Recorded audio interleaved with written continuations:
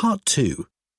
You will hear a talk to members of the public about plans for a new housing development near a town called Nunston. First, you have some time to look at questions 11 to 14.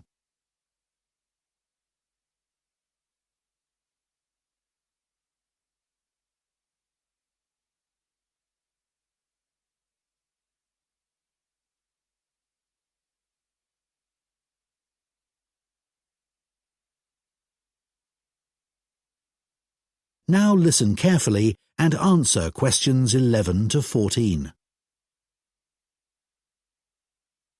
Hello everyone, it's good to see that so many members of the public have shown up for our presentation on the new housing development planned on the outskirts of Nunston. I'm Mark Reynolds and I'm Communications Manager at the development.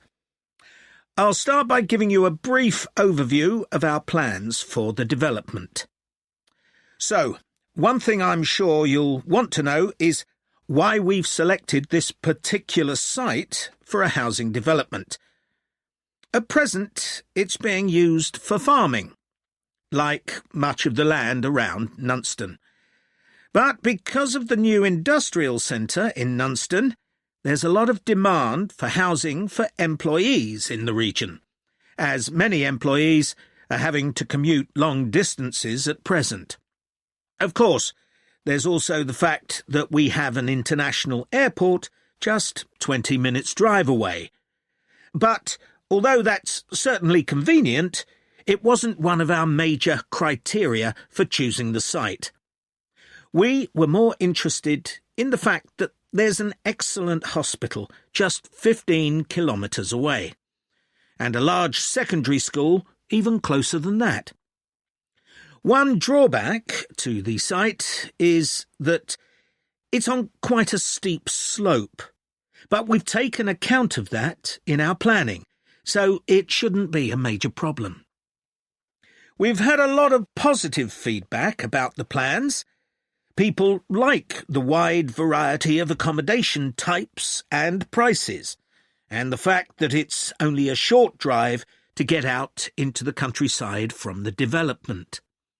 We were particularly pleased that so many people liked the designs for the layout of the development, with the majority of people saying it generally made a good impression and blended in well with the natural features of the landscape, with provision made for protecting trees and wildlife on the site.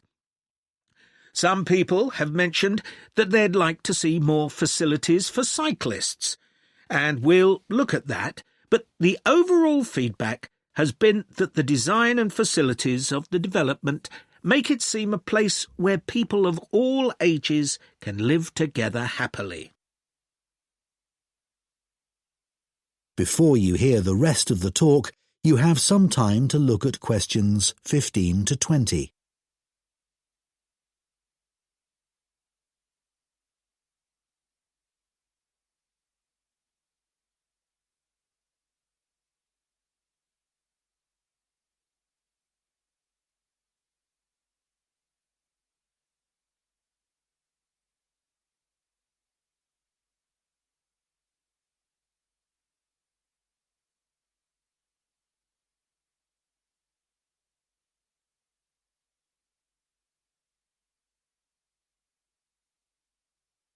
Now listen and answer questions 15 to 20.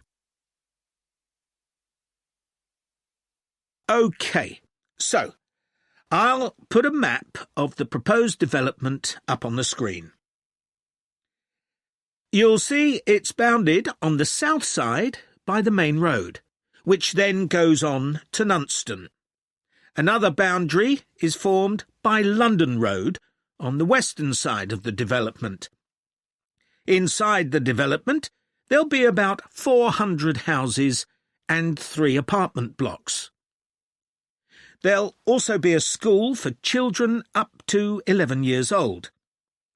If you look at the south entrance at the bottom of the map, there's a road from there that goes right up through the development.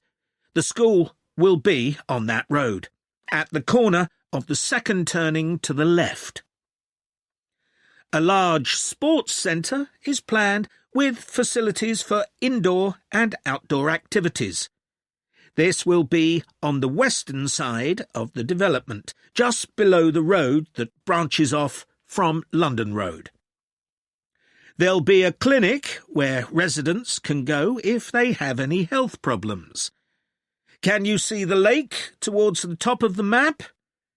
The clinic will be just below this, to the right of a street of houses.